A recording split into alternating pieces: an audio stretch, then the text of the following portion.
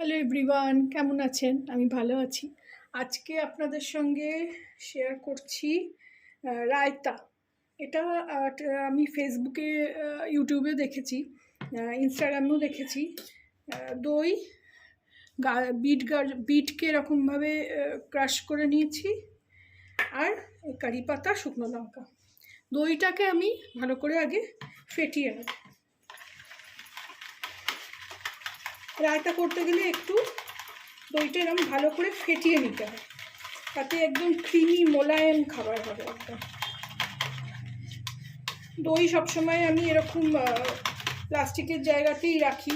আমি জানি প্লাস্টিকের জায়গায় খাওয়া উচিত না, অনেক কিছু চেঞ্জ করেছি, কিন্তু ওই কাঁচের জিনিস কিংবা মাটির জিনিসে বারবার ওই ফ্রিজ থেকে বার করা রাখা খুব ভয় করে, ভেঙে যাবে, তখন জিনিসটা নষ্ট হবে।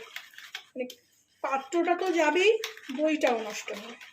এরকম ভালো করে ফেটিয়ে একদম ক্রিমি করে নিলাম। এর মধ্যে আমি এই গাজরটাকে, এই বিটটাকে মিশিয়ে দেবো।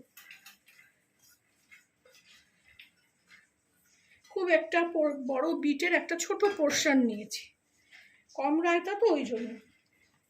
এই দেখুন কি সুন্দর লাল হয়ে গেল। এটা ওই বললাম আমি ফেসবুকে, ইউটিউবে, ইনস্টাগ্রামে দেখেছি যে আলিয়া ভাটের খুব প্রিয় খাবার, মানে রায়তা হিসেবে উনি এটাই বেশি পছন্দ করেন। এরপরে আমি এটাকে একটা ছক লাগাবো।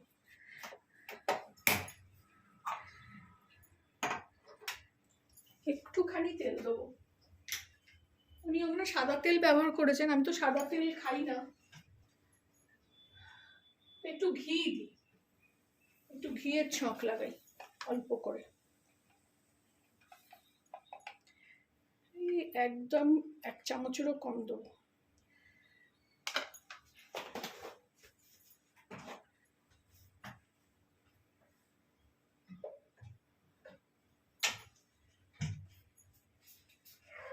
কমিয়ে দিই।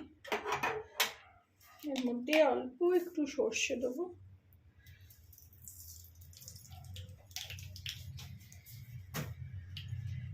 একটা শুকনো লঙ্কা একটু ছোট ছোট করে ভেঙে দেবো, আর কটা কারি পাতা দেবো।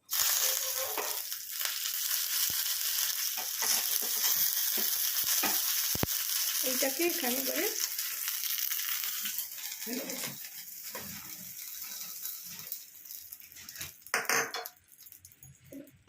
কি ঝাঁঝ, খুব ঝাঁঝ। এটাকে মিলিয়ে নিলাম। এবার এতে পরিমাণ মতো নুন দেবো,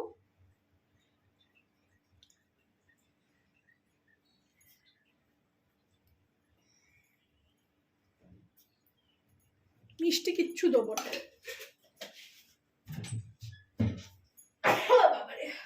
খুব ঝাঁঝ। আর একটু বিট নুন দেবো।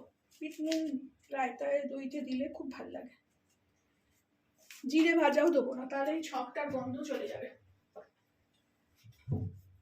দিয়ে এটাকে ভালো করে মিশিয়ে দেবো, দিয়ে এটা সার্ভ।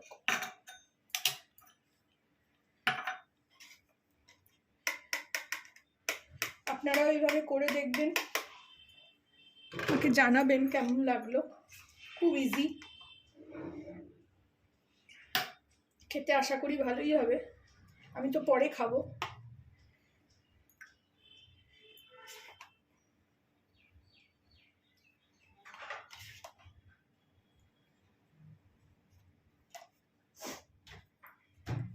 রেডি হয়ে গেল আলিয়া ভাটের প্রিয় বিটের রায়তা।